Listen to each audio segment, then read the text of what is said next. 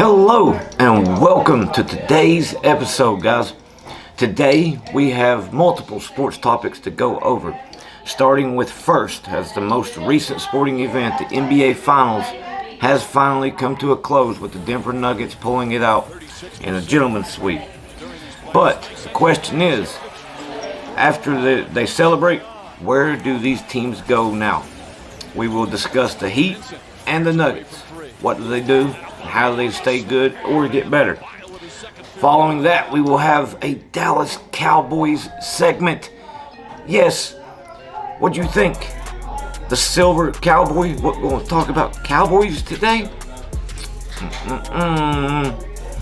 Yeah, we will be talking about the Dallas Cowboys and going over with the new roster, how the off-season programs are going, what the Cowboys roster will be designed to do this season, and a little bit more maybe. See how it goes. After that, we will discuss the entire NBA League's free agency ranking list. Do we agree with what they got? Who they got in a certain place? Or are we just going to raise Cain about it and tell them to reorder their subjects, so to speak? And then after that, we have another big topic that is being discussed: LeBron James and retirement. We'll see. We got all that, guys, and maybe a little bit more coming up next. So stay tuned. We're about to kick it off here at the Silvers Sports Showcase.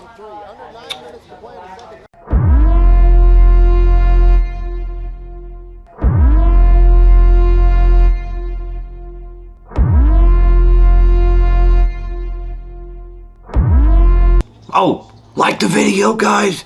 Please, it helps the algorithm. And hello out there, ladies and gentlemen and children of all ages. Welcome to today's episode of the 606 Fix. We are here in Silver's Sports Showcase room, and we got all kinds of stuff to go over, man. I can't wait to get into it, really. I am your host, Will Messer, and we will be diving into tonight's subjects with full force. Are you ready for the ride? You ready for the show? Are you ready for the showcase?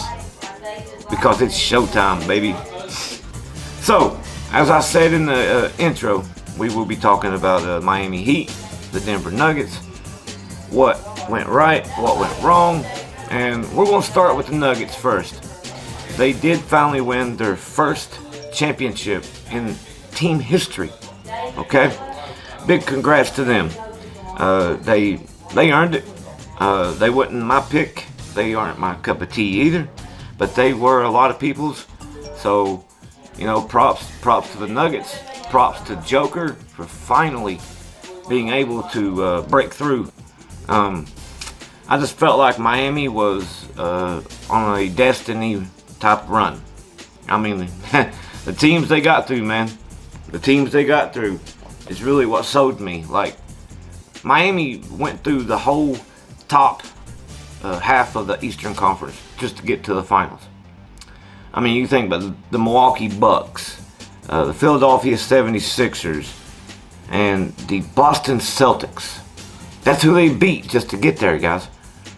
So I really thought Jimmy Butler and the Heat was going to take it.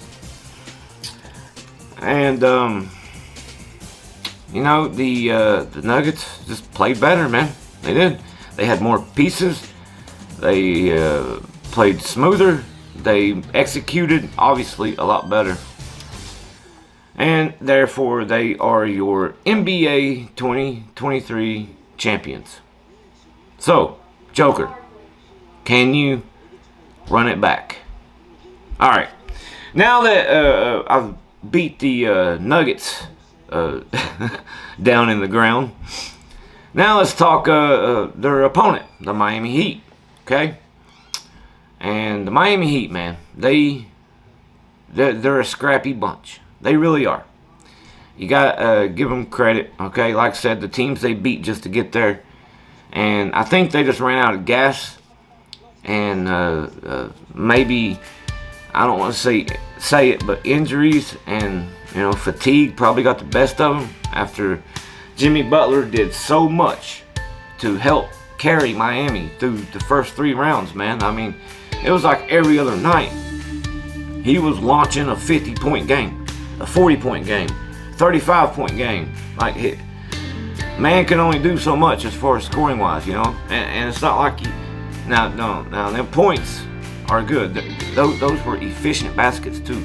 It's not like Butler went 11 for 28, okay, doing it. No, he didn't do that. No. What hurt though really bad, which they did survive a long way without him, but was the injuries, man. Injuries, especially one crucial one to a NBA All-Star starting guard that is on the Heat's roster, Tyler Hero.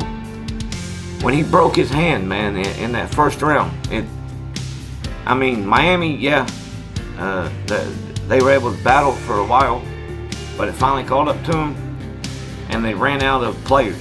They ran out of depth to compete with a team that actually was really relatively 100% healthy in the Nuggets. It's tough. Are the Nuggets really better than the Milwaukee Bucks? Are they better than the Boston Celtics? Are they better than the 76ers? But Miami couldn't run through them. That's why I think it's after that gauntlet of a playoff run, it was fatigue, it was injuries, lack of depth, and of course, obviously, execution and the lack thereof. But the solution for Miami Heat, man, is first of all, get healthy, right? Get your starters back in there. Get back in the gym. Keep putting up shots, okay? Keep getting buckets, Jimmy buckets. And see if we can add some role players, or even replace some starters, man, that was on that team for the Heat. Where does the Miami Heat really go from here? So Miami really needs to address their point guard situation, okay? And I don't know if Kevin Love will last another year, but I'm sure if he wants to play, that I'm sure they can find a place for him, and they can make him a role player, and bring in another type of role player and just rotate, the power forwards. But also, Bam Adebayo must. There's no if or when or can or whatever. He must raise his game up another level. Okay, this is starting to become unacceptable for a big man and his lack of play at the big man's spot, man. Bam. It's not working, bro. Miami might have to actually move him to power forward and go get themselves a center, like a bigger one, a better one, one that can actually guard somebody. Bam's more of an offensive-minded big man, and that's okay in today's era. You can get by with that. But also, you have to be able to run down there and go get a rebound. You got to go block a shot. You got to know how to play defense, man. You got to know how to learn to play the pick and roll. Like back in the 2020 finals as well, Anthony Davis ran rup shot all over this guy, bro. He tortured Bam. and that's a big reason why the Lakers won their title in 2020, because of Anthony Davis and LeBron James, right? So we fast forward to this year, and it's virtually the same story, just a different character. The Joker ran rup shot all over Bam Adebayo. There was nothing Bam could do. Nothing. I mean, the Joker was damn near averaging a triple-double, man, in the finals. Like, so there's your positions to address, in my opinion, for the Miami Heat. Let me know what you think in the comments below. Am I onto something, or do you disagree and you think they should go in a totally different direction? Okay? It'd be interesting to hear what you guys have to say, because I think I'm right. Okay, point guard and big man. Okay, there you go. But also, stay tuned, because I got another nugget of information that is pretty good about the Denver Nuggets head coach and LeBron James. What? Stay tuned. Okay, so with that being said, now we're going to move on. We're going to switch gears a little bit, okay? We're going to transition to the NFL. Yeah. You knew it was coming. I told you in the intro. It's time to talk the star, baby. In Silver's Showcase of the Stars. Here we go. What do you think about that segment title? Ha ha! Come up with that all on my own, guys. Alright. So, the Dallas Cowboys are coming into OTAs, which is organized team activities this year, with a roster that they're saying is in win now mode. I kind of can second that statement. It's constructed that way to a sense, you know. At least it appears that way. So we'll say that, you know, barring anything drastic that happens. You know, there are also some questions about the future and, you know, who contracts and who getting it and who's getting the contract and yada yada yada. You know, we all know about the Cowboys and their contracts talks. The whole Dak Prescott situation was a fiasco, and then Randy Gregory decided to dump us last year. Which is Jerry Jones losing his touch when it comes to negotiations? I mean, what do you think? What do you think? I think no. Okay, I'm gonna say no for right now, because the Randy Gregory situation was just a freak incident, you know, and Dak Prescott's, I mean, was too, once in a lifetime situation. But the Who's is actually very intriguing and interesting, because it's two very crucial key players for the Dallas Cowboys' core of the team. On defense, the number one free agent to be is going to be Trevon Diggs, which is scary. It's really scary. Could you imagine the Cowboys trying to play without Trevon Diggs? Trevon Diggs and Dallas like go hand in hand right now. I mean, we can't lose Trevon Diggs, man. Come on, man. But, and also on the offensive side, it's CeeDee Lamb, who is really emerging and has had quite a few headlines lately about being the best wide receiver in the league. Really? We ain't got nothing else to talk about?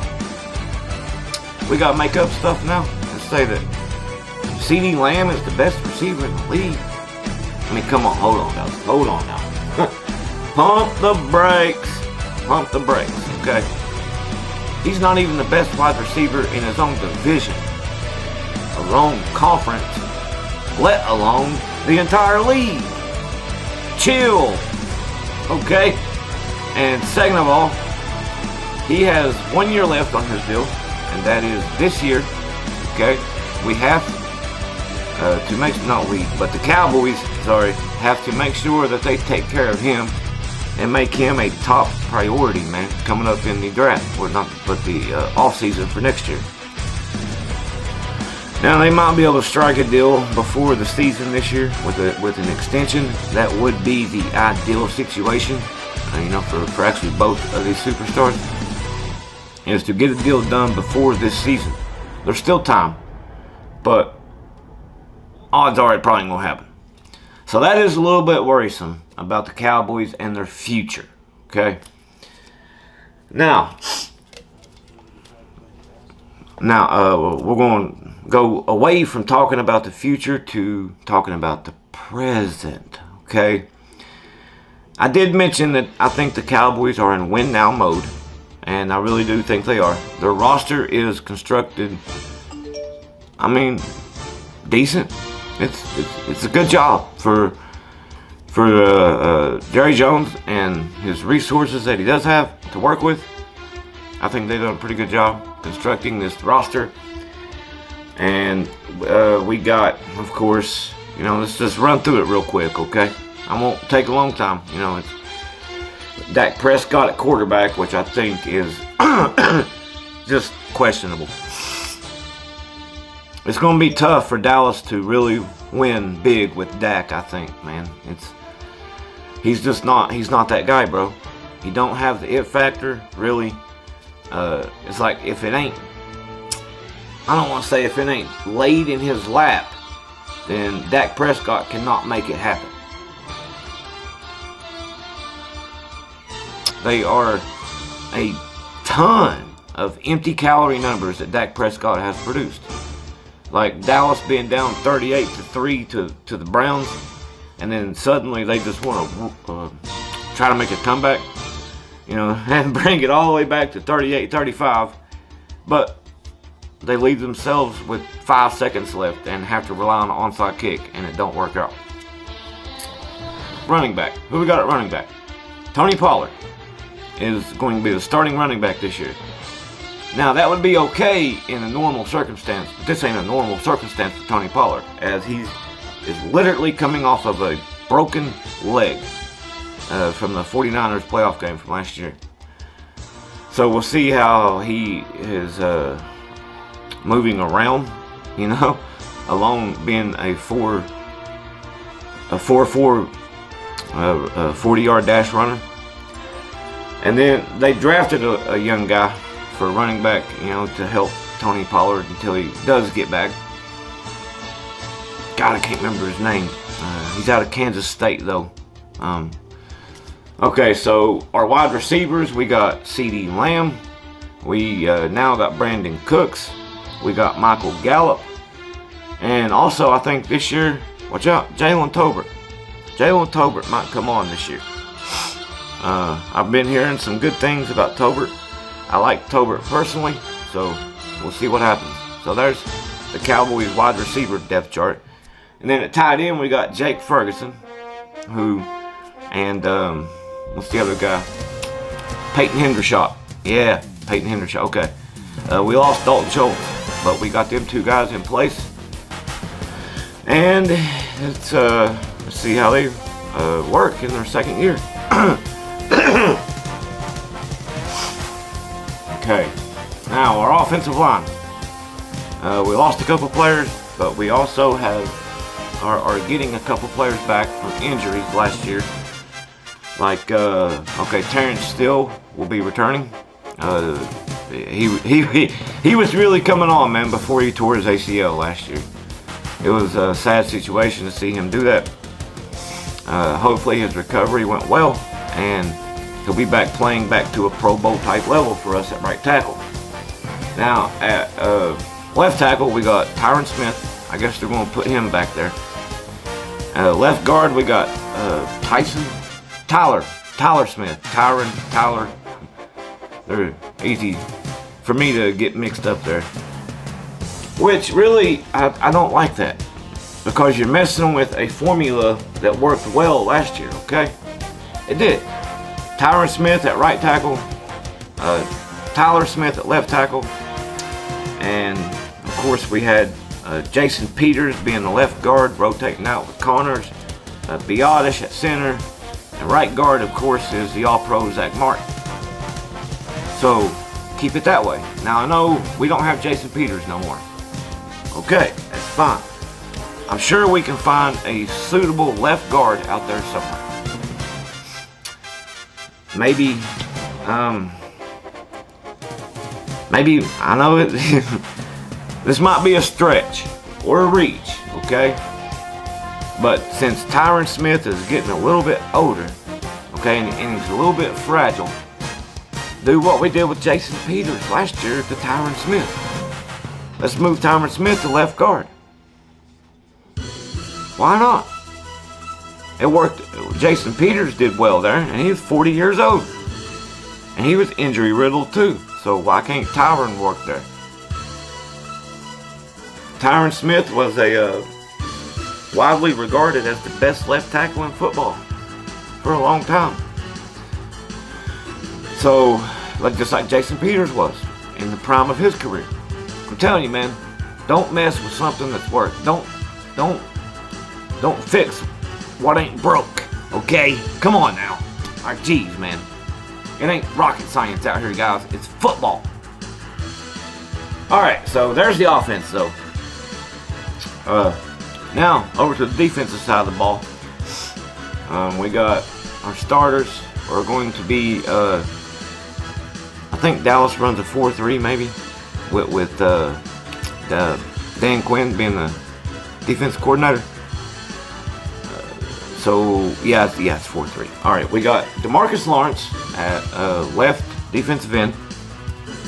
Then we got Mozzie Smith coming in at D tackle. Oh yeah, that's another upgrade right there, Mozzie Smith. And the other D tackle is going to be Odigizua. Odigizua.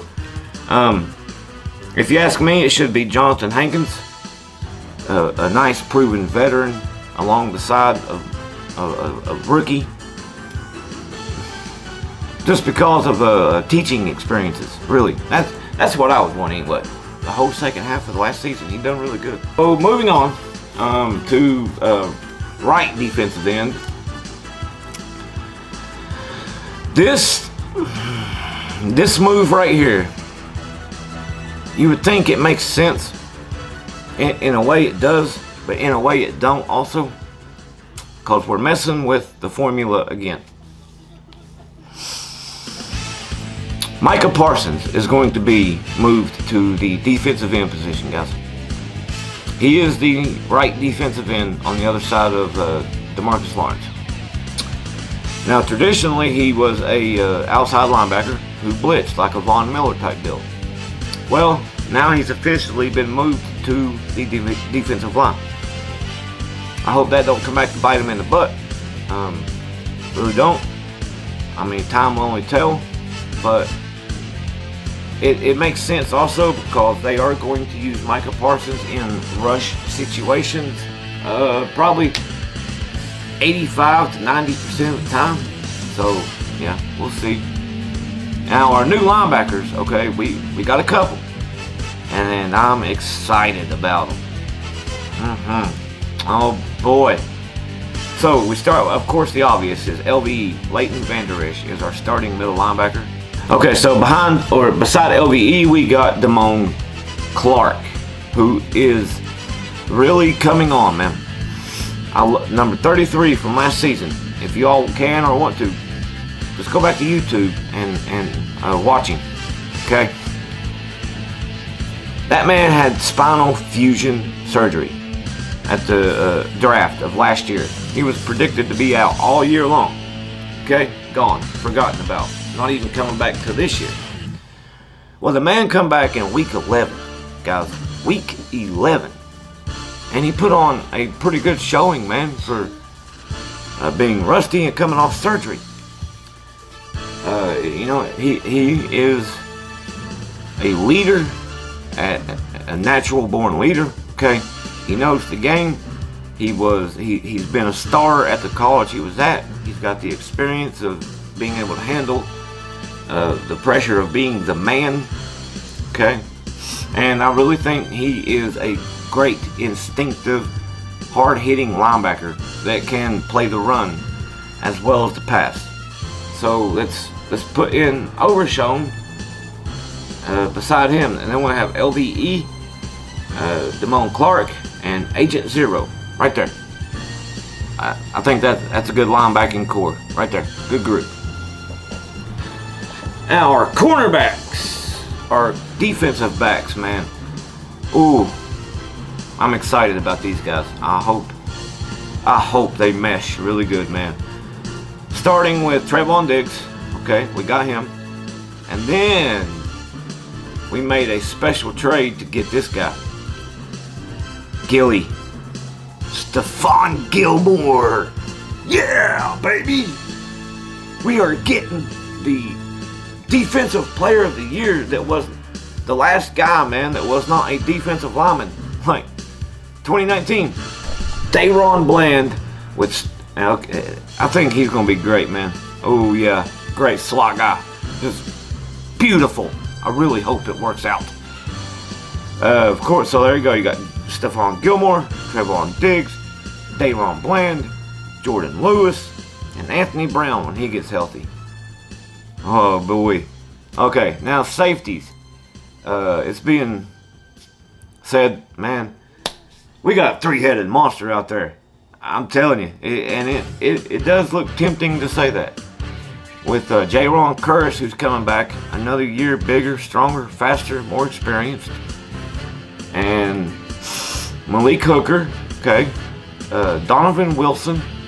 There's the three-headed monster that people are talking about. Donovan Wilson, not so much. Yes, Donovan Wilson is a great instinctive player, okay? He can play the run really well. He can blitz, okay, pretty good when you need him to. But as far as him playing the passing game, he struggles. He's about like the old Roy Williams safety we used to have. There you go. That's that's Donovan Wilson right there. One more thing. Now, and that's why the Dallas Cowboys are in win now mode, man. Like, they got a good core of players. They're okay. They got skills. They got experience. They got youth. They might have some coaching. Hopefully, Mike McCarthy can figure out a way to put it all together, man, and just make it gel. But, you know, give credit when credit's due. The Cowboys front office, I think, did their job, and they did it pretty good. Let me know what you think about that in the comments below. Did the Cowboys do a good job putting together a roster to win now? Last thing, guys, time for the final topic, and it's a lighthearted one mostly. Well, it's going to be a mixture. Okay, we're going to do NBA free agencies, but it's also tied in with LeBron James and that nugget of information I told you about with their head coach. We will start with this one being first. Let's go through the NBA free agent list. Now, this year is not going to be the year for a bunch of blockbuster signings. You know, it's not going to be the summer of 2021 or whatever, 2020. The year Kevin Durant left the Warriors. It's nowhere near that summer. Sorry to break your heart. If you was expecting that, then I'm sorry. I just don't know what else to tell you. But there are some good players. Don't get me wrong. James Harden is number one. Yeah, they actually said that. I already disagree. James Harden is not the best free agent already available. No, hell no, man. Are they crazy? They're going off of reputation more than what he's actually done last year, skill-wise. Then we got Kyrie Irving. Okay, now that one, in my opinion, probably should be number one, really. Number 3 is Chris Middleton. Then we got Draymond Green at 4. Then Kristaps Porzingis at number 5. The next 5, Kyle Kuzma, Fred VanVleet, Brook Lopez, Jeremiah Grant, and Austin Reeves rounds out the top 10.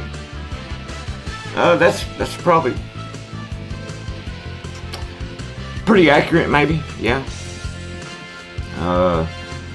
Maybe I would put Harrison Barnes over Jeremiah Grant, but you know, really, who? So who's there that you would just die for, right? Who you there that you going trip over your own feet to go get? I mean, everywhere Kyrie Irving goes, he loses. About the same for James Harden. Yeah, they look good through the season, maybe, but when it comes to the playoffs, they crumble. That's it. There you go. Hell, Kyrie Irving can't even get to the playoffs. I mean, he had one of the best players beside him for the whole second half of the season, just about. Like, and Luka. So what's wrong there? Like, come on now. Chris Middleton might be the better pick, really. You know, he's more team oriented. He has experience winning the championship. He's got experience in the postseason with success. And, you know, if you ask me, Chris Middleton would be the first guy I would go after, really. And then you might work on James Harden or Kyrie Irving. So what do you guys think about that, man? Is that top 10 list accurate? Do you think I'm picking the right decision by going with Chris Middleton over James Harden?